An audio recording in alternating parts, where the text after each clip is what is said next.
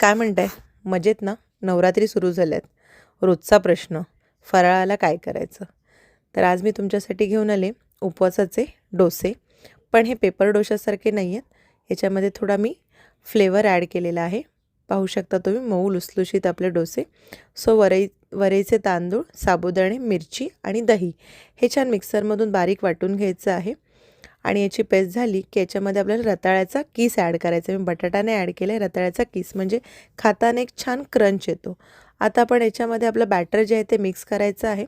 त्याचबरोबर मीठ, थोडंसं शेंगदाण्याचं कूट आणि चिमूटभर साखर. साखर ही ऑप्शनल आहे, तुम्हाला हवी तर किंवा नसली तरी चालेल. आता तव्याला तूप लावून याच्यावरती छान आपल्याला छोटे छोटे असे डोसे जे आहेत ते काढून घ्यायचे आहेत. बघा अशा पद्धतीने अगदी आपण जो रताळ्याचा कीस घातला आहे तो देखील किती छान दिसतोय. हे जे डोसे आहेत हे पचायला आणि पोटही भरतं.